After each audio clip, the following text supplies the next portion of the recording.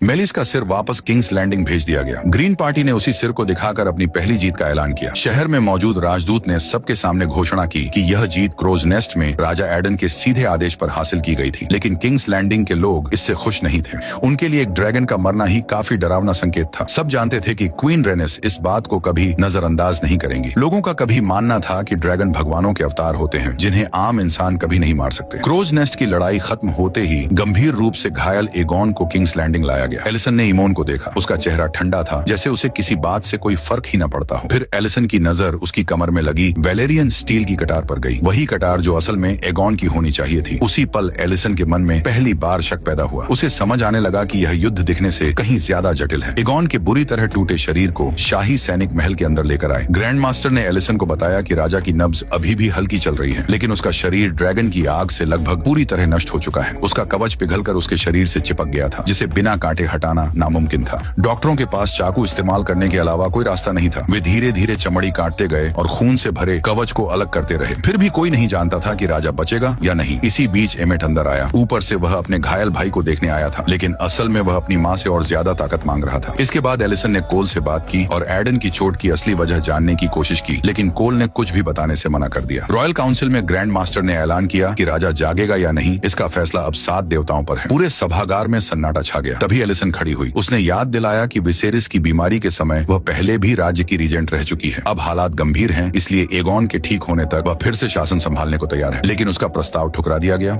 Grand master Orwell को छोड़कर सभी मंत्रियों ने उसका विरोध किया। उनका कहना था कि यह अब शांति का समय नहीं है, राज्य पूरी तरह युद्ध में है। अब ऐसे शासक की जरूरत है जो कठोर फैसले ले सके और ड्रैगनों को आदेश दे सके। आखिरकार मंत्रियों ने अपना फैसला सुना दिया, प्रिंस एमोन। उसी पल एलिसन समझ गई कि उसने सत्ता से जुड़ा हर अधिकार खो दिया है। उसके पास पीछे हटने के अलावा कोई रास्ता नहीं बचा। एमोन आगे बढ़ा, राजसत्ता का प्रतीक ऑर्ब सेप्टर उठाया और बिना किसी झिझक के सिंहासन पर बैठ गया।